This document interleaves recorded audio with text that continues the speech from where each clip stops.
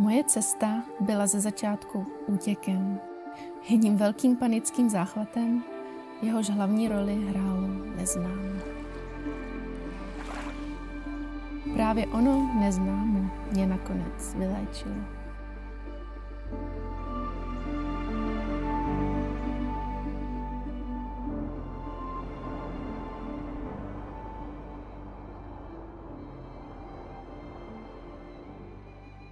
Moment ohromujícího strachu, kdy jsem se v Londýně ocitla na ulici, vteřiny hrůzy při pohledu na stádo afrických buvolů, řídícího se přímo proti mně, anebo pocit absolutního opuštění zdravého rozumu při bloudění horami kapského města po setmění.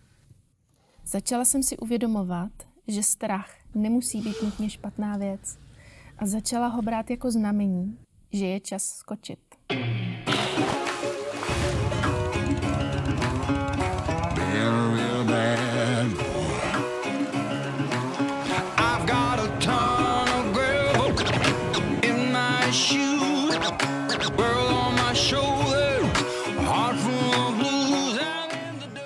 Protože jedině v takový moment se můžeme pohnout dopředu. Dostat se alespoň na moment z komfortu, který nás uspává. Jednoduše strach využít ve svůj prospěch.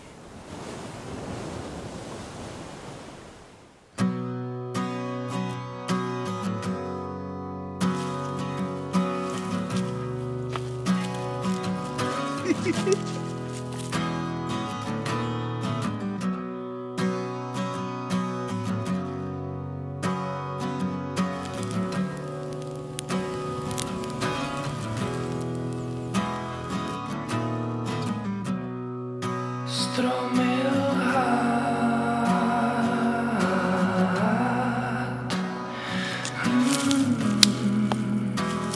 jsem neviděl větve krást.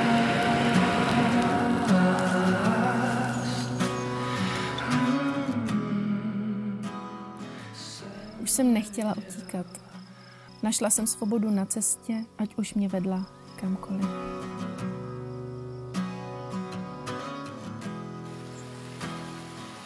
Je to ta vůně po dešti, kotníky ve vodě v horkém létě, prsty na kapce kapradiny.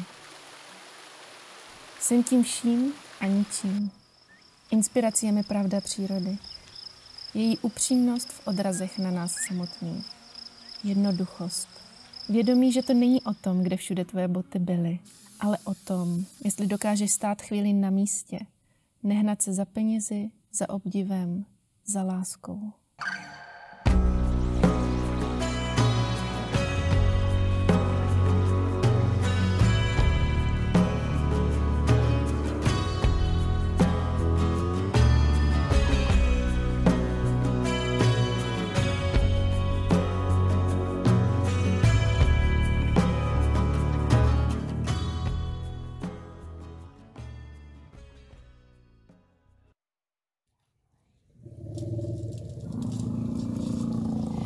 Afrika ve mně probudila ty nejzákladnější pudy.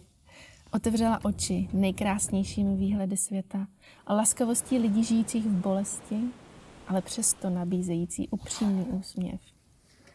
Nakonec je ta všudy přítomná nepředvídatelnost. Bez strachu je svoboda, která nezná hranice.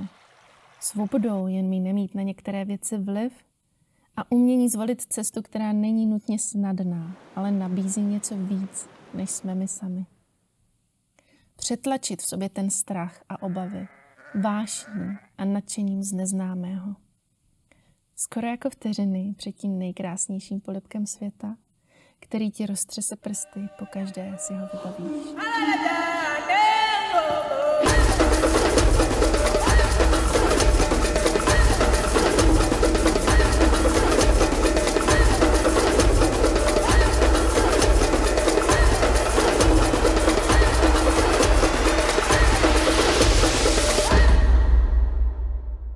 Každý člověk si zaslouží se na takovém místě najít.